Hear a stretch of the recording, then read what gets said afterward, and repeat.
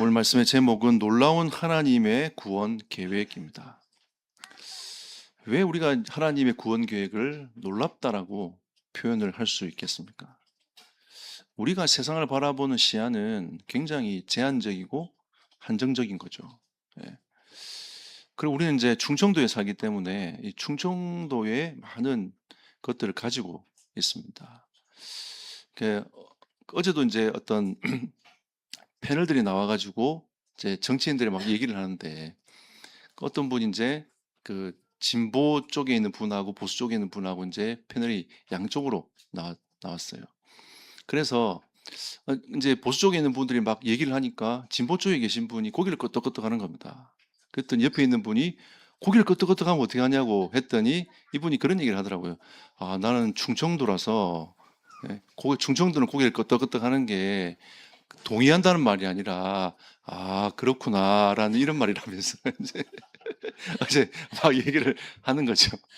그래서 제가 어제 그 장면을 보면서도 아, 역시 충청도 정치인도 똑같구나. 예, 고개를 끄덕끄덕 하는 게 그게 동의한다는 말이 아니라 아, 네가 그렇게 말을 하고 있구나. 라는 이런 이제 의미로 이제 받아들였다고 이제 해명을 하더라고요. 그러니까 다들 옆에서 고개를 또 끄덕끄덕 하는 겁니다. 아, 그렇구나라고 이제 이렇게 얘기를 하는 거죠. 우리가 같은 나라에 살면서도 성향을 잘 모르면은 그렇게 보는 거죠. 네가 왜 이렇게 동조를 하느냐 이렇게 얘기를 하는 겁니다. 근데 우리가 전 세계를 쳐다볼 때에 우리가 얼마나 그 많은 사람들을 이해할 수 있겠습니까? 여러분? 문화도 다르고 생각도 다릅니다. 근데 하나님이 지금 그걸 모든 문화를 다 넘어서 하나님은 구원의 계획을 지금도 이루어가고 계시지 않습니까? 여러분, 이게 얼마나 놀랍습니까? 이 대한민국 땅에 하나님이 복음을 들어오게 하기 위해서 선교사들을 보냈습니다. 그리고 바로 보낸 것도 아니고요. 중국에 먼저 보냈고 일본에 먼저 보냈어요. 그러고 보니까 중국 선교사들이 조선이라는 나라가 있는 것을 보게 된 겁니다. 일본의 선교사들도 조선이라는 나라가 있는 걸 알게 됐어요. 그러니까 이제 이 조선에 대한 기도가 선교사를 통해서 시작이 된 겁니다. 그 당시 우리나라는 쇄국 정책을 썼기 때문에 외세에서 어떤 누구도 조선 땅을 밟지를 못했습니다. 그런데 우리나라에 이제 최초에 순교했던 토마스라는 선교사님이 대동강에서 목이 잘려 죽는 일이 벌어진 거죠.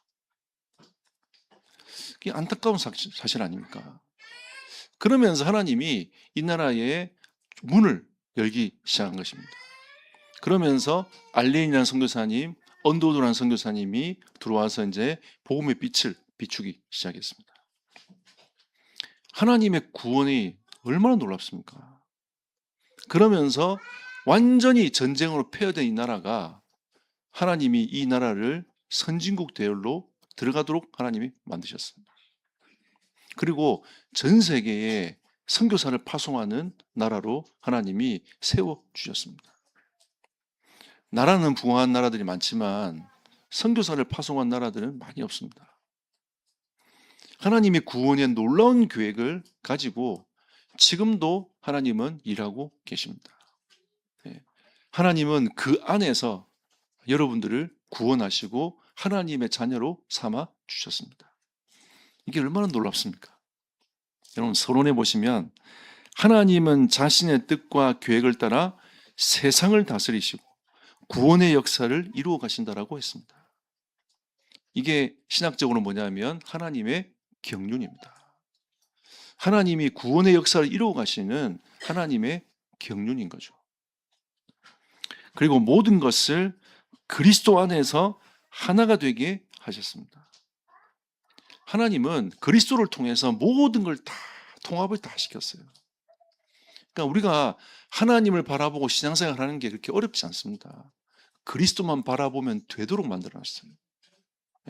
하나님은 굉장히 신앙생활 쉽게 만들어 놨습니다. 근데 사단은요, 혼미케 만들어 가지고 뭐가 그렇게 신앙생활 복잡한지. 하나님은 그리스도를 통해서 모든 게 다 통일되도록 만들어 가지고 그리스도만 딱 붙잡으면 되도록 하나님이 다 신앙적으로 다 만들어 놓으신 겁니다. 왜? 구약 성경도 그리스도를 바라보고 있지 않습니까? 왜 하나님 이스라엘 백성들을 가나안 땅 가도록 만들었습니까? 그 메시아가 오실 땅이니까. 하나님의 관심은 메시아가 오실 방향으로 다 초점을 맞추고 있단 말이에요. 그리고 그 메시아가 유대 베들레헴 땅에 오신 거 아닙니까? 그리고 하나님은 그 공생애 때 예수님을 향하여 모든 초점을 다 맞추고 계셨습니다. 예수님이 어디로 가야 됩니까? 십자가로 가셔야 되는 거죠. 그리고 그분이 부활하신 이후에 제자들에게 하나님이 성령을 부어주셨습니다. 성령의 은혜를 입은 사람을 통해 가지고 하나님은 모든 민족에게 예수 그리스도의 복음이 증거되어져 가도록 그리스도의 증인이 되도록 하나님이 그들을 부르시고 그들을 파송하신 겁니다. 이게 성경이에요. 그리고 장차 이 천국 복음이 땅까지 증거되어지면 그제야 끝이 온다. 주님이 오신다라고 하는 것이 요한 계시록입니다. 그리고 우리가 하나님 앞에 갔을 때에 어떤 나라에 들어가느냐, 하나님을 믿지 않는 사람들이 또 어떤 나라에 들어가느냐에 대한 분명한 얘기들을 계시록에서 얘기를 하고 있습니다. 하나님의 구원은 완전한 구원입니다. 부족한 게 없어요. 근데 세상 사람들이 자꾸 부족하다라고 얘기를 하고 있습니다. 여러분, 하나님의 구원은 완전하다. 네. 여러분, 오늘 더 믿음을 고백하시기를 축복합니다. 따라해 봅시다. 하나님의 구원은 완전하다. 네. 하나님의 구원은 완전합니다. 이 놀라운 하나님의 구원의 계획을 따라 어느 날 하나님이 나의 마음의 문을 두드리신 겁니다. 몰랐죠. 선택은 하나님께 있습니다. 근데 이 놀라운 구원의 은혜가 우리에게 오게 된 것이죠. 저는 이 시대를 살아간다는 게 참 감사한 것 같습니다. 저는 진짜 이 시대를 살아간다는 게 너무 감사한 것 같아요.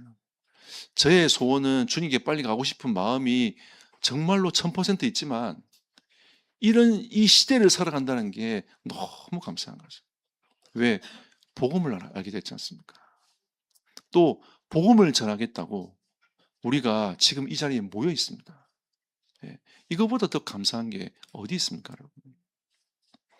저는 하나님의 은혜임을 믿습니다.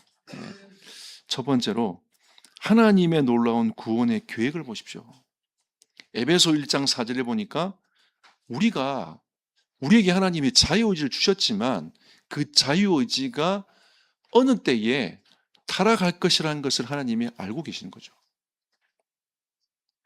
만약에 하나님이 우리를 로봇처럼 만들었으면 타락할 이유가 없습니다. 그냥 기계적으로 돌아가면 돼요. 근데 하나님이 우리에게 자유의지를 주신 겁니다. 하나님의 은혜를 먹고 살 수 있는 자유의지를 주셨고 하나님의 은혜를 하지 아니할 자유의지도 인간에게 있는 것입니다. 하나님은 그 모든 것을 대비를 딱 해놓고 계셨던 겁니다. 창세전에 그리스도 안에서 우리를 택하셨다. 우리의 머리로 이해 안 되죠. 이해할 수 없는 겁니다. 이해되지가 않는 거죠. 저는 이 머리로 이해되지 않는 걸 잘 안 믿는 편인데 이게 이해가 안 돼가지고 너무 힘든 겁니다. 어떻게 창세전에 하나님이 그렇게 만들었어요? 그럼 아예 그걸 만들지는 말든가. 제가 그렇게 생각했어요. 왜 만들어가지고 이렇게 인간을 고생시키냐면서. 누구는 선택하고 누구는 유기하고. 왜 그렇게 만드냐고. 제 머리는 구조로 이해가 안 되는 겁니다. 왜? 하나님은 우리의 머리 구조로 이해가 안 돼요, 원래. 안 되게 돼 있습니다. 근데 그걸 이해해 보려고 막 노력을 하니까 얼마나 힘이 드는지.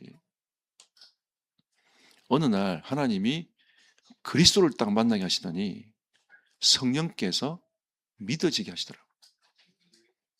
자, 이게 하나님의 은혜가 아닌가 싶습니다. 나의 모자람을 하나님이 넘어서 하나님이 믿어지는 은혜를 저에게 주시는 겁니다. 창세전에 그리스도 안에서 나를 택하신 거죠. 창세전에 하나님이 여러분을 택하신 겁니다. 우리는 이렇게 고백을 많이 해요. 세상에서 마음껏 살다가 막 내 하고 싶은 대로 살다가 죽기 전에 예수님 딱 영접하고 죽으면 안 되겠냐면서. 네. 이런 분도 계시더라고요. 근데 제가 어느 날 복음을 계속 깨닫고 보니까 그리스도 안에서 예배하는 삶이 가장 축복인 것을 깨달았어요. 이거보다 더 큰 축복이 없어요. 저는 어릴 때 주일학교 다 참여할 때 아침 9시에 딱 주일학교 가고요. 그다음에 오후에 2시인가 2시 반인가 예배를 또 했어요. 주일학교 어떻게 생각했냐면 아니 무슨 주일학교인데 어린아이들한테 예배를 2번 오라고 하냐면서. 제가 어릴 때 그렇게 생각했어요. 왜냐하면 토요일까지 학교 갔잖아. 그러니까 친구들하고 놀 시간은 주일밖에 없는 거예요. 그러니까 애들은 다 수영장 어디 간다고 하면 간다고 어린이 대공원 간다고 자기들끼리 막 놀러 간다는데 나는 교회를 가야 돼. 이야, 이게 너무 제 어린 마음에 이게 너무 불공평하다는 생각이 드는 거예요. 나도 교회를 한번 안 가고 놀러 가고 싶다 하는 생각이 드는 겁니다. 근데 이게 안 되잖아요.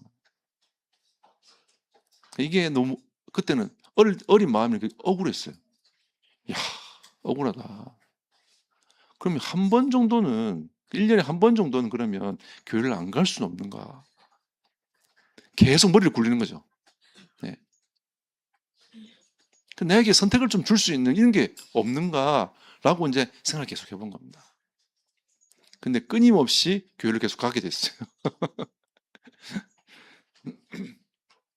그래서 제가 이제 이거는 이제 방법이었구나. 방법은 서울로 대학가는 길밖에 없다. 이런 생각을 어느 날 딱 가지게 된 겁니다. 왜? 그래야 이게 이제 분리가 되니까.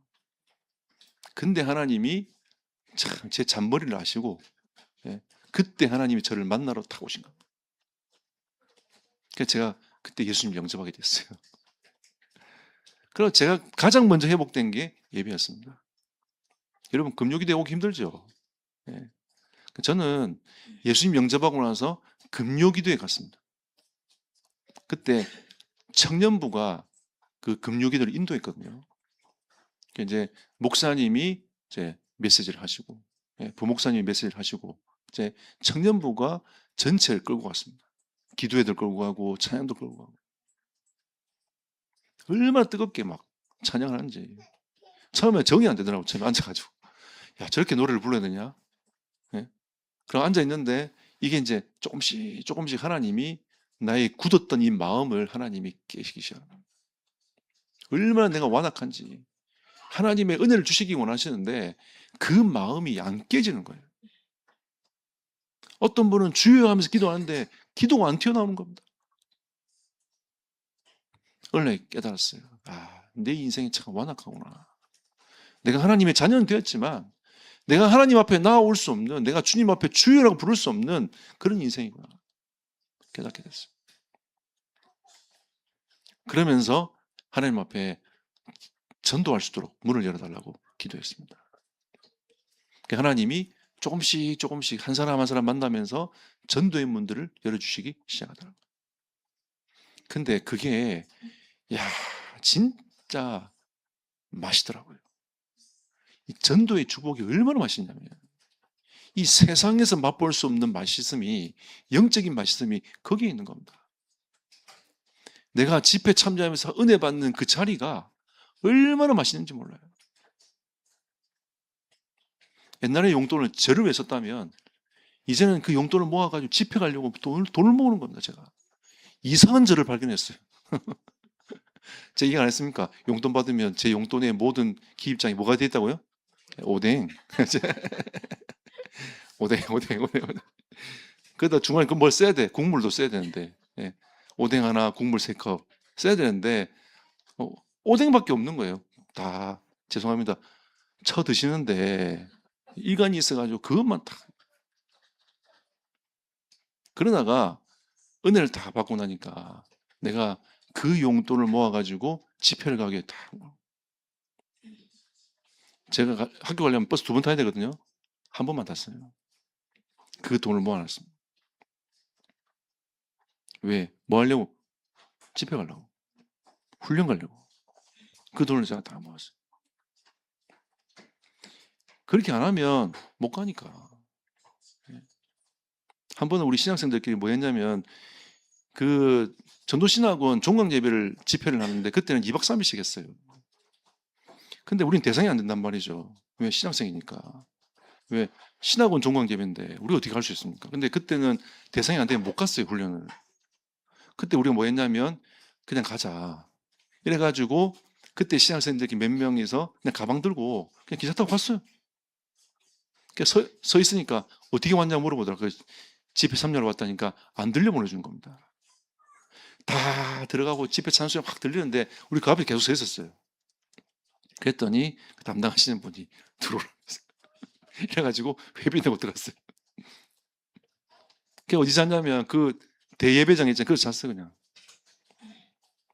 그래갖고 막 눈 비비면서 일어나가지고 찬송 부르고 새벽기도 왔는데 찬송 부르고 그 앉아가지고 그 또 예배 끝나자니까 또 무릎 꿇고 앉아가지고 주여 하다가 자고 이래가지고 이제 대학 생활을 쭉 지냈어요. 이게 있을 수 있는 얘기입니까? 완전히 인생 바뀐 거 아닙니까? 하나님이 이렇게 은혜를 주신 거죠. 하나님이 은혜를 주시지 않았더라면 그런 인생과 삶을 살지 못했을 겁니다. 근데 그게 나에겐 굉장한 축복이었어요. 굉장한 축복이었습니다. 대학생들이 MT 가고 하잖아요. 우리는 뭐 했냐면 교회, 시골 마을에 교회 있잖아요. 그 목사님 찾아가가지고 얘기했습니다. 우리 신학생들입니다. 그래서 우리 여기서 전도하고 싶습니다. 한 2박 3일 잘 수 있도록 허락해달라면서. 그 목사님이 좋아하시더라고요. 그래서 그 교회 그 마룻바닥에서 잤어요. 하루는 우리 신학생 한 명이 가위 눌림 당해가지고 교회에서 가위 눌림 당해서 막 소리 지르고 막 우리 같이 그 신학생들 손 얹고 막 기도하고 그랬었습니다. 재밌었어요. 우리의 즐거움이 어디 있느냐. 그냥 참 지금도 현장 나가보면 참 재밌습니다. 은혜인 거죠. 이 영접이 되고 안 되고 문제가 아니라 현장 가서 사람들을 만나고 그 영혼들도 기도하는 그 마음이 참 좋아요. 즐거움과 은혜가 바뀐 거죠. 하나님의 놀라운 구원의 계획이 누구에게 왔습니까? 저에게 왔습니다. 하나님의 놀라운 계획이 어디에 왔습니까? 여러분에게 왔지 않습니까? 에베소 1장 9절에 보니까 그 뜻의 비밀을 우리에게 알리셨다. 그 뜻의 비밀이 무엇입니까? 그리스도 아닙니까? 하나님의 뜻의 비밀은 다른 데 있지 않습니다. 그리스도께 있어요. 그래서 하나님은 우리에게 명확하게 말씀하십니다. 다른 길은 없다. 요한복음 14장 6절에 예수께서 말씀하시되 내가 곧 길이요 진리요 생명이니 나로 말미암지 않고 아버지께로 올 자가 없다. 전 세계의 해답은 그리스도밖에 없는 겁니다. 우리 목사님과 무속팀들이 대만 가시거든요. 그 대만을 가는 이유도 여기 있는 거 아닙니까? 길이 예수밖에 없어요. 그러니까 우리가 돈을 들여서 나가가지고 선교하는 거 아닙니까? 그들에게 필요한 것이 다른 게 아니라 오직 그리스도이기 때문에 그리스도의 복음을 증거하러 가는 겁니다. 사도행전 4장 12절. 다른 이름을 주신 적이 없어요. 세상은 구원의 길이 있다고 수많은 이름을 대고 있습니다. 근데 그 이름들은 구원의 길이 아닙니다. 하나님이 우리에게 주신 구원의 길은 오직 한 이름, 예수밖에 없습니다. 그러니까 이 하나님의 은혜가 정말 놀라운 거죠. 이건 뭐 공부해가 되는 문제가 아니에요. 하나님 은혜가 우리에게 임해야 됩니다. 어제도 만났던 한 분이 신천지 한 9개월 빠져 계시더라고요. 엄청 공부 열심히 했다더라고요. 공부 얼마나 열심히 했냐면 공부 열심히 해가지고 가서 시험 치면 만점 받았다. 100점 받았다. 그만큼 열심히 했다. 그래가지고 우리가 구원을 따낸다면 우리는 그렇게 열심히 해야 됩니다. 근데 이 구원은 그런 게 아니에요. 하나님 우리에게 예수 이름을 주시고 그 예수 이름이 믿어지도록 하는 하나님의 전적인 은혜가 구원의 길인 겁니다. 로마서 11장 30절에 보니까 이스라엘이 순종하지 않아 이방인들에게 긍휼이 임했다고 했습니다. 참, 이 구원의 놀라움 이해가 되십니까? 저는 사실은 이 로마서가 이해가 잘 안 돼요. 잘 안 됩니다. 근데 바울은 이게 정말 놀랍다라고 비밀이라고 얘기하면서 이 메시지를 쫙 풀어냅니다. 저는 이해가 되지 않지만 믿어집니다. 아, 하나님께서 구원의 역사를 이렇게 이루어 가시는구나. 이스라엘에 순종하지 않으니까 이방인들에게 문을 여셨구나. 근데 이방인의 문을 여셨는데 하나님이 오늘 말씀 보니까 이방인의 충만수가 차면은 이스라엘 향해서 구원의 역사를 이루어 가겠다. 하나님께 말씀하시는 거죠. 하나님의 구원의 역사는 절대 멈추지 않습니다. 지금도 계속 이루어져 가고 있습니다. 두 번째입니다. 하나님의 은혜는 헤아릴 수 없습니다. 하나님 왜 이래요? 여러분 이제 이런 말을 없애야 됩니다. 하나님의 역사를 여러분 헤아릴 수 있겠습니까? 없어요. 우린 이거를 인정해야 됩니다. 그러면 헤아릴 수 없다는 말은 하나님이 우리에게 은혜만을 구하는 자가 되어라고 말씀하시는 겁니다. 우리는 하나님의 은혜가 필요한 사람인 거지 하나님의 그 경륜과 그 은혜를 우리가 깨달을 수 없다는 거죠.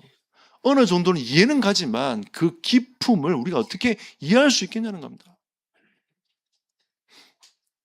로마서 11장 33절에 보니까 우리는 하나님을 헤아릴 수 없다라고 했습니다. 여러분 요셉 아시지 않습니까? 하나님 요셉에게 꿈을 다 주셨어요. 요셉이 그 꿈을 가지고 형들한테 얘기를 하니까 그 형들이 시기를 했단 말이죠. 그러면 이 요셉은 계속 그 꿈을 꾸고 하나님을 바라보고 있었는데 요셉이 어떻게 됐습니까? 노예로 팔려갔어요. 그럼 이게 이해되십니까? 하나님의 구원의 역사를 우리는 이해할 수 없어요. 그럼 우리가 요셉이었다고 생각해 봅시다. 하나님 우리에게 은혜를 주셨어요. 딱 붙잡고 기도하고 있습니다. 근데 어느 날 완전 망해가고 노예가 됐어. 와, 어떻게 하나님이 내가 이 언약을 붙잡았는데 이런 결과를 주시냐면서 원망하겠죠. 대부분은 원망합니다. 저는 원망하지 않는 사람 거의 못 봤어요. 대부분은 원망합니다. 그리고 뭔가 하나님에 대한 불만이 딱 차 있습니다. 근데 요셉이 어느 날 총리가 됐어요. 하나님이 전 세계를 다스릴 수 있는 총리를 하나님이 딱 삼으신 겁니다. 그러면서 하나님이 누굴 구원했습니까? 자기의 가정을 구원하고 자기의 민족을 구원했습니다. 그리고 이방 세계를 하나님이 구원하셨어요. 이게 하나님의 구원의 역사입니다. 여러분 이해되십니까? 모세도 보십시오, 여러분. 모세가 40년 동안 공주의 아들로 잘 먹고 잘 살았습니다. 그런데 어느 날 살인자가 되어가지고 미디안 강요로 도망을 갔어요. 미디안 강요로 도망가가지고 처가살이를 40년 했습니다. 그리고 80세 때 자기가 아무것도 할 수 없다고 생각했을 때 하나님이 모세를 부르십니다. 그러니까 당연히 이 모세는 그 말할 수밖에 없죠. 하나님 내가 다 늙었는데 무슨 내가 뭘 할 수 있겠습니까? 라고 고백할 수밖에 없는 거 아닙니까? 근데 하나님의 구원의 역사는 그때부터 시작된 겁니다. 이스라엘 백성들을 애굽의 종되었던 곳에서 하나님이 출애굽을 시킨 겁니다. 그 일을 누가 하신 겁니까? 하나님이 하신 거죠. 이해됩니까, 여러분? 저도 예수님을 영접하고 나서 어릴 때 제 삶을 돌아봤습니다. 내가 귀신에게 시달렸던 것들, 죽고 싶은 그때 마음들. 그러니까 조금 마음이 억울하더라고요. 복음을 좀 더 빨리 받아가지고 내가 예수님 영접하고 하나님을 찬양하면서 내가 살았으면 내가 더 좋았을 텐데라고 생각이 드는 겁니다. 그래서 그런 마음이 들어가지고 어느 날 하나님 앞에 제가 기도했어요. 하나님, 이왕 구원하시려면 좀 더 빨리 내가 시달리기 전에 구원받아가지고 내가 은혜를 받아가지고 내가 살았으면 좋았을 건데 왜 내가 20살 때 예수님 영접시켜가지고 그 전에 이렇게 시달리게 만들었냐면서 제가 복음을 좀 깨닫고 나니까 약간 미쳐가지고 제가 하나님 앞에 이렇게 이제 막 그런 이제 기도를 했던 적이 있습니다. 근데 조금 더 깨닫고 보니까 그게 아니에요. 하나님이 부르시면 절대 실수가 없습니다. 왜 나의 과거를 하나님이 다 구원의 역사를 위해서 재료로 삼기 위해서 하나님이 그렇게 하셨다는 것을 오늘날 딱 깨닫게 되더라고요. 그러니까 내 과거가 부끄러운 게 아닌 거죠. 여러분 과거가 부끄럽습니까? 저는 제 과거가 부끄럽지 않습니다. 왜 하나님이 구원의 역사를 위하여 그렇게 하나님이 만들어 놓으신, 허락해 놓으신 거예요. 왜? 그렇게 쓰려고, 하나님이 쓰시려고. 나는 내 마음대로 살았지만 하나님은 그걸 보고 계셨다가 내가 이제 이때 구원할 거니까 그거 나중에 다 복음 깨달으면 재료로 딱 써가지고 이 구원 역사로 내가 쓸 테니까 걱정하지 마. 하나님은 그렇게 딱 두고 계셨던 거죠. 한 사람 아니까 한 사람. 근데 하나님 보시는 전 세계 인구입니다. 전 세계 사람들 하나님 보고 계세요. 이게 하나님의 능력이란 말이죠. 모든 사람의 과거와 현재와 미래를 하나님이 딱 주관하고 계시면서 그걸 딱 컨트롤하고 계십니다. 우리는 몇 명도 컨트롤 잘 안 돼가지고, 어떨 때는 내 자신도 컨트롤이 안 돼가지고 얼마나 힘들어합니까? 이게 우리가 하나님의 이 은혜와 능력을 우리가 진짜 이해할 수 있겠습니까? 우리가 어떻게 하나님의 사랑을 헤아릴 수 있겠습니까? 당신의 독생자를 주셔서 사랑하신 그 사랑을 우리가 어떻게 이해할 수 있겠냐는 거죠. 저는 어떤 날은 이해가 돼서 울었고 어떤 날 이해가 안 돼서 울었습니다. 왜? 어떻게 하나님이 나 같은 놈을 위하여 이렇게 십자가에 지셨는가? 이해가 안 되잖아요. 근데 이 은혜가 너무 커서 계속 울었어요. 어떻게 하나님의 그 사랑을 우리가 헤아릴 수 있겠습니까? 그래서 찬송가 가사를 쓰신 분이 내가 하늘을 두루마기 삼고 바다를 먹물 삼아도 내가 그 하나님의 은혜를 적는 게 나는 부족하다. 어떻게 헤아릴 수 있겠냐? 라는 이 표현을 다 쓴 거예요. 어느 날 그게 이해가 되는 거예요. 그 말 자체가. 얼만큼 내가 쓸 줄은 모르겠지만 어쨌든 그 말 자체가 하나님의 그 사랑의 깊이가 얼마나 큰다는 사실을 내가 어느 날 그 찬송가 이해가 딱 되는 겁니다. 하나님이 내가 아무것도 모르고 있을 때 하나님은 나를 사랑하셔서 내가 하는 자녀다 라고 하나님이 확정을 딱 시켜놓으신 겁니다. 오늘 36절에 보니까 모든 것이 하나님께 있답니다. 이는 만물이 주에게서 나오고 주로 말미암고 주에게로 돌아갑니다. 여러분은 주님께서 나왔고 주님께로 돌아갈 겁니다. 그에게 영광이 세세 있을지어다. 그러니까 우리는 그러면 하나님께 영광을 돌리는 인생이 된 겁니다. 하나님께 영광을 돌리는 사람은 그게 예배입니다, 여러분. 예배는 우리가 하나님의 자녀로서 마땅히 드려야 될 것입니다. 그래서 우리의 진정한 표현은 예배를 드리자 표현이 아니라 예배를 하자가 진정한 표현이에요. 그러니까 우리는 하나님의 자녀로서 예배하자. 이게 우리의 표현이 되는 겁니다. 하나님의 자녀이기 때문에 하나님께 영광을 돌리는 하나님의 사람으로서 예배하자. 이것이 우리가 해야 될 가장 중요한 일인 거죠. 그러니까 여러분 현장에서 예배하십시오. 어디든지 여러분 현장에서 하나님께 예배하십시오. 얼마나 감사한 일입니까? 결론 맺겠습니다. 우리는 하나님의 자녀답게 섭시다. 우리가 할 수 있는 게 별로 없으니까 하나님의 자녀답게 그냥 섭시다. 다 당당히 섭시다. 히브리서 11장 1절 2절에 보니까 믿음으로 나아가자 했는데 하나님을 신뢰하지 아니하면 믿음으로 갈 수 없어요. 믿음의 선진자들은 하나님을 신뢰했기 때문에 믿음의 걸음을 걸어갈 수 있었습니다. 아브라함이 하나님을 신뢰했기 때문에 자기가 부족했지만 그 길을 걸어갈 수 있었단 말이죠. 자기가 때로는 불신앙했지만 그 길을 걸어갈 수 있었던 겁니다. 그러니까 히브리서 11장에는 뭐라 합니까? 믿음은 바라는 것들의 실상이요 보이지 않는 것들의 증거니라. 우리가 믿음은 보이지 않지만 내 미래가 보이지 않지만 하나님을 신뢰하면서 믿음을 걸어가는 겁니다. 한 찬송가 작사자가 자기 남편의 죽음 앞에서 고백을 했습니다. 나는 하나님을 신뢰합니다. 그 남편의 죽음 앞에서 고백을 했어요. 젊은 남편이었습니다. 나는 이해는 가지 않지만 하나님을 신뢰합니다. 그리고 곡을 딱 지었어요. 하나님의 자녀답게 살아요. 딱 써야 됩니다.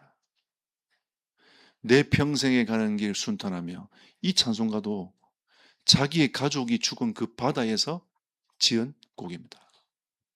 하나님이 자기의 자녀들과 자기 부인을 데려간 거예요. 얼마나 애통한 곳입니까? 얼마나 애통한 곳입니까? 우리나라 그 세월호 사건 때문에 얼마나 사람들이 애통했습니까?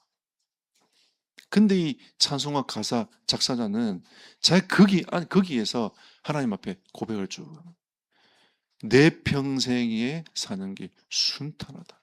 그게 순탄합니까, 여러분?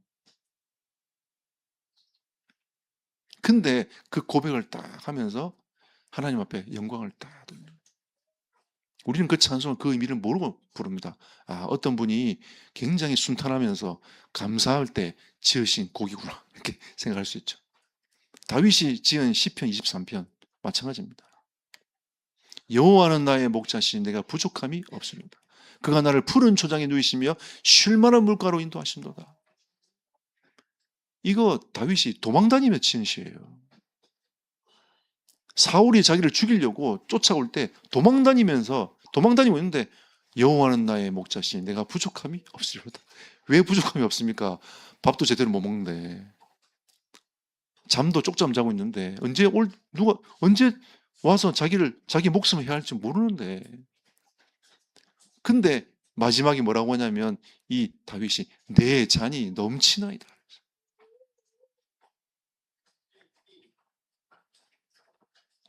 우리는 하나님의 자녀답게 서야 합니다. 베드로전서 2장 9절에 보니까 하나님은 그 아름다운 덕을, 이 복음이 아름다운 거 아닙니까? 복음의 이 아름다운 덕을 선포하게 하기 위해서입니다. 여러분 다 그 앞에 서십시오. 네. 괜찮습니다, 여러분. 여러분 형편이 문제입니까? 뭐가 문제가 되겠습니까? 우리는 이 복음을 증가하는 빛의 자녀로 하나님이 부르셨습니다. 아멘. 하나님이 다 부르십니다. 고린도전서 3장 9절에 보니까 우리는 하나님의 동력자들이다 했습니다. 여러분은 하나님의 동력자입니다. 그래서 예수님이 제자들에게 뭐라고 했습니까? 너희가 나보다 더 큰 일을 할 것이다 말씀하셨어요. 예수님은 유대 베들레헴 땅 중심으로 해서 갈릴리 중심으로 그냥 사역을 하신 겁니다. 가봐야 약간 사마리아 갔다 온 거 말고는 없어요. 이방인들 몇 명 만난 것밖에 없습니다. 그리고 십자가로 가셨어요.